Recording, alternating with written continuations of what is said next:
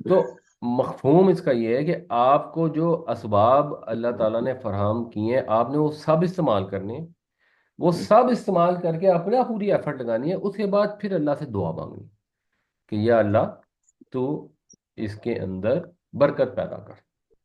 تو وہ کانٹرڈکشن بالکل بھی نہیں ہے، اسباب تو آپ نے اختیار کرنی ہے۔ جو نبی کریم صلی اللہ علیہ وسلم کی مشہور حدیث ہے کہ کسی شخص نے آگے پوچھا کہ اونٹ میرا باہر ہے، تو حضور نے کہا، اور اس نے کہا جی میں نے اس پر توکل اگر کر لوں، تو حضور نے کہا پہلے اونٹ کا گھٹنا باندھو پھر اللہ پر توکل کرو۔ تو یہ دونوں چیزیں ضروری ہیں، ان میں کانٹرڈکشن نہیں ہے، یہ ایک دوسرے کے ساتھ بالکل سنکرونائز السلام علیکم رضوان صاحب۔ ہے۔ جی وعلیکم السلام۔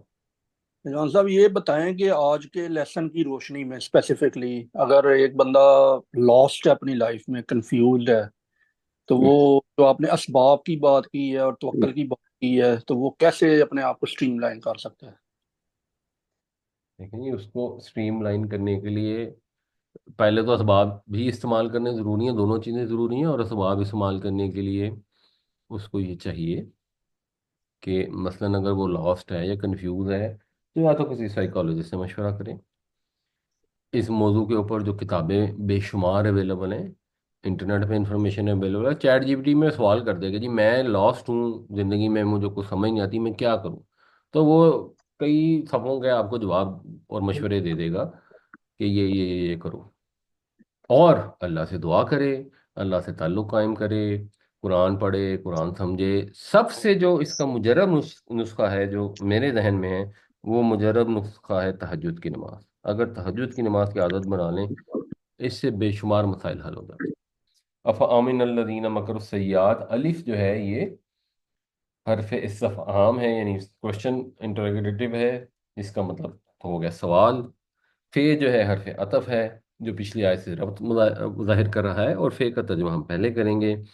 امینہ جو ہے یہ فعل ماضی ہے، وہ امن میں آیا، وہ بے خوف ہوا۔ آگے الذین آ گیا تو اس کا ہم ترجمہ پلورل میں کریں گے کہ کیا وہ امن میں ہیں۔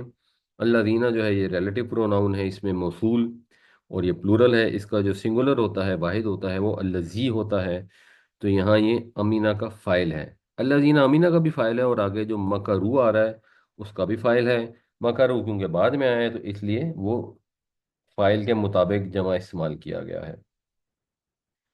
السیاد جو ہے یہ اس کے مفعول مطلق ہے جس کو واضح کر رہا ہے۔ مفعول مطلق معنوں میں ہے کہ مکرو مکر السیئات، تو انہوں نے ایسی چالیں چلیں جو بہت ہی بری تھیں، تو وہ ایک محذوف ہے یہاں پر مفعول جس کا یہ صفت ہے، اور السیئہ کی جمع ہے، تو مفہوم یہ ہو جائے گا کہ کیا وہ لوگ جو بری بری چالیں چل رہے ہیں اس بات سے بے خوف ہیں ان یخسف اللہ بہم الارض۔ ان جو ہے یہ کے معنوں میں آتا ہے، تو آگے جو فعل استعمال ہوتا ہے وہ ایک طرح سے مصدر کے معنوں میں آتا ہے کہ ایسا ہو جائے کہ وہ دھنسی جائیں، کہ دھسانا ہو جائے ان کا۔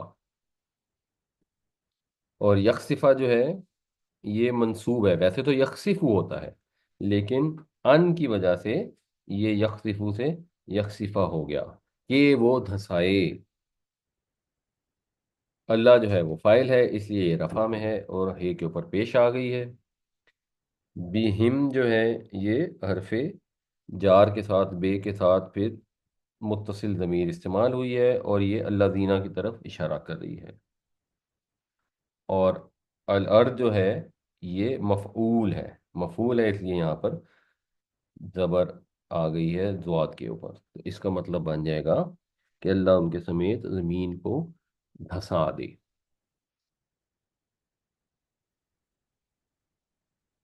اب آپ ذرا اس کا تھوڑا سا انالیسس آپ لوگ بھی کر دیں۔ یہ امینہ جو ہے یہ کیسے بنا ہے، یہ روٹ آگے دیا ہوا ہے، تو اس کا ماضی تو لکھا ہوا ہے، مضارع کیا ہوگا مثلا اس کا، یعنی یہ وزن بنتا ہے نا سمیع یسمعو، تو مضارع یسمعو کے وزن پر کیا بنے گا؟ یأمن. یأمنو، بالکل ٹھیک۔ تو اس کا مطلب ہوتا ہے بے خوف ہونا۔ مکرہ جو ہے یہ میم کاف دے دیا ہے، اس کا کیا بنے گا ماضی مضارع؟